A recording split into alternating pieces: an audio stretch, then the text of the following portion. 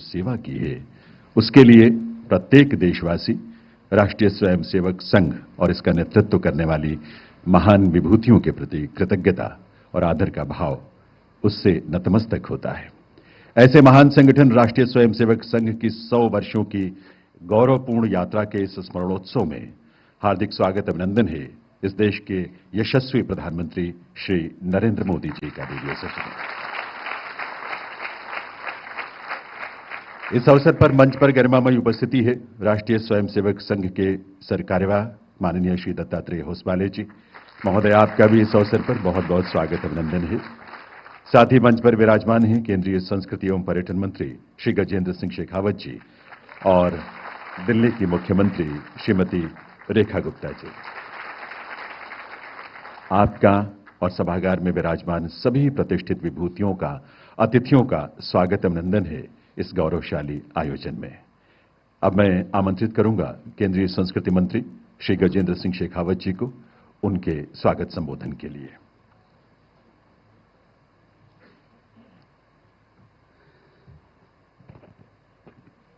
राष्ट्रीय स्वयंसेवक संघ के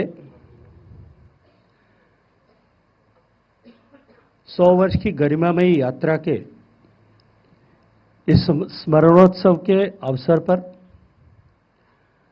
हम सब के बीच में उपस्थित कार्यक्रम के मुख्य अतिथि, देश के यशस्वी प्रधानमंत्री और इसी राष्ट्रीय स्वयंसेवक संघ की पाठशाला से निकल करके इस मुकाम तक पहुंचे श्रद्धेय प्रधानमंत्री नरेंद्र मोदी जी,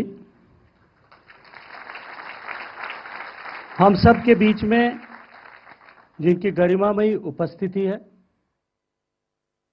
गुजरातचे मुख्यमंत्री असो किंवा देशाचे पंतप्रधान असो, या सर्व काळात त्यांनी आपलं संघाशी असलेलं नातं सतत व्यक्त केलंय, योग्य प्रकारे ते प्रकटही केलेलं आहे। त्यामुळे एक संघटना की जिनी सर्व स्तरावर कार्य केलेलं आहे, बस एका अर्थाने हा शताब्दी निमित्त सन्मान होतोच आहे, पण यापूर्वी सुद्धा संघाला अशा प्रकारचा मान मिळालेला आहे। संघाच्या स्वयंसेवकांचं संचलन त्यावेळी सरकारच्या योजनेतून अधिकृतपणे करण्यात आलं होतं, परंतु नंतरच्या काळात जो काही एक संघाविषयी आकारण, आकस आणि राजकीय दृष्टिकोनातून संघाला बदललं गेलं, त्यामुळे खरं म्हणजे काही मधल्या काळात गैरसमज निर्माण झाले होते। पण दीर्घकाळ संघाने आपलं काम आणि आपली जी भूमिका आहे सर्वेशाम अविरोधेनं, आणि आत्ताही जी सरसंघचालकांची शताब्दी निमित्त दिल्लीत झालेली 3 दिवसाची व्याख्यानमाला किंवा यापूर्वी झालेली व्याख्यानमाला, त्यामुळे संघ सर्वांसाठी सर्वांकरता अशी भूमिका घेतली होती। तर पंतप्रधान मोदींच्या हस्ते संघाचा नागरी सन्मान हा कार्यक्रम पार पडतोय। डॉक्टर आंबेडकर इंटरनॅशनल सेंटर नवी दिल्ली इथं हा राष्ट्रीय स्वयंसेवक संघाच्या शताब्दी उत्सवात हा सगळा कार्यक्रम पार पडतोय। या संदर्भात अधिक माहिती घेऊयात आमचे प्रतिनिधी सिद्धेश ताकवले यांच्याकडून। सिद्धेश, राष्ट्रीय स्वयंसेवक संघाचा हा नागरी सन्मान, काय अधिक अपडेट? अंकिता, खरं आहे की आता आपण जर बघतोय की 1 ऑक्टोबर 2025 म्हणजे आजच्याच दिवशी डॉक्टर आंबेडकर इंटरनॅशनल सेंटर जिथे नवी दिल्ली इथे हे सेंटर आहे, तर तिथे या सगळ्या शताब्दी उत्सवाचं आयोजन करण्यात आलंय। प्रमुख पाहुणे म्हणून अर्थातच पंतप्रधान नरेंद्र मोदी सुद्धा या ठिकाणी आता दाखल झालेले आहेत। विशेष डिझाईन केलेलं स्मृती चिन्हात्मक टपाल तिकीट आणि नाणं प्रकाशित केलं जाणार आहे आणि उपस्थितांना पंतप्रधान आता थोड्याच वेळात संबोधित करतील। जर आपण RSSचा जर एकंदरीत इतिहास बघायचा झाला तर 1925 मध्ये नागपूरमध्ये केशव बळीराम हेडगेवार यांच्या नेतृत्वाखाली RSSची स्थापना झाली। संघानं भारतीय संस्कृतीची जागृती असेल, शिस्त असेल, सेवा असेल आणि सामाजिक जबाबदारी याच्यावरती भर दिलेला होता। संघाचं उद्दिष्ट जे आहे ते राष्ट्रीय पुनर्निर्माणाचा असून परकीय राजवटीनंतर देशभक्ती आणि भारतीयत्वाचा संदेश पसरवण्यामध्ये ते केंद्रित झालेलं होतं। जर RSSचं जर आपण प्रामुख्याने जर एक कार्य बघितलं असेल तर RSS प्रत्येक स्वयंसेवकाकडून, म्हणजे जे काही स्वयंसेवक हे राष्ट्रीय स्वयंसेवक संघामध्ये सामील झालेले आहेत त्यांच्या प्रत्येकाकडून देशभक्ती असेल, स्वानुशासन असेल, संयम असेल, शौर्य असेल आणि समर्पण याची अपेक्षा ठेवतो प्रत्येक स्वयंसेवकाकडून। आणि संघाचं अंतिम लक्ष सुद्धा हेच राहिलेलं आहे, सर्वांगीण उन्नती साधणं हेच संघाचं प्रामुख्यानं उद्दिष्ट राहिलेलं आहे।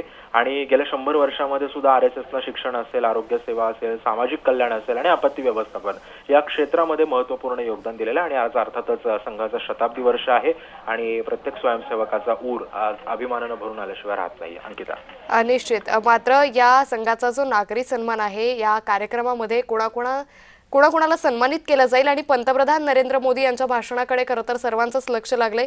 हे भाषण साधारण कधीपर्यंत सुरू होऊ शकतं? आत्ता जर आपण बघितलं असेल अंकिता, तर उपस्थित मान्यवरांची काही भाषणं आहेत. त्याच्यानंतर जे मुख्य भाषण आहे ते अर्थातच पंतप्रधानांचं असणार आहे. आणि पंतप्रधान या सगळ्या स्वयंसेवकांना संबोधित करताना नेमकं काय बोलतात याच्याकडे सध्या सर्वांचंच लक्ष लागलं. अगदी थोड्याच वेळात ही भाषणं जेव्हा जेव्हा आटोपायला येतील तेव्हा पंतप्रधानांचं भाषण आता सुरू होईल आणि संपूर्ण देशाचंच लक्ष पंतप्रधानांच्या आता भाषणाकडे लागलेलं आहे. निश्चित. धन्यवाद सिद्धेश, आपण दिलेल्या सविस्तर माहितीसाठी. त्यामुळे राष्ट्रीय स्वयंसेवक संघाचा हा नागरी सन्मान होतोय. राष्ट्रीय स्वयंसेवक संघाच्या शताब्दी निमित्त पंतप्रधान नरेंद्र मोदी यांच्या हस्ते हे विशेष टपाल तिकीट त्याचबरोबर चलनी नाणं हे प्रकाशित केलं जातंय. आज हा कार्यक्रम पार पडतोय. संघाचे सरचिटणीस दत्तात्रय होसबळे हे या कार्यक्रमाला उपस्थित आहे. त्याचबरोबर आता पुढच्या वर्षात देशभरात 1 लाखाहून अधिक हिंदू परिषदा आयोजित केल्या जाणार आहेत. तर घरोघरी जनसंपर्क ही देशव्यापी मोहीम ही सुरू केली जाईल.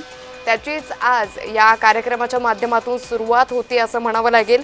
तर सामाजिक सौहार्दावर चर्चासत्र या पुढील वर्षभरात घेतली जाणार आहे. तर या शताब्दी महोत्सवाच्या निमित्तानं संघाच्या इतिहासातील महत्त्वाच्या कामगिरींचा सन्मान हा आज केला जातोय. तर आजच्या काळात भारतीय संस्कृतीत संघानं केलेल्या योगदानाबरोबरच देशाच्या एकात्मतेचा संदेश अधिक स्पष्टपणे आज मांडला जातोय.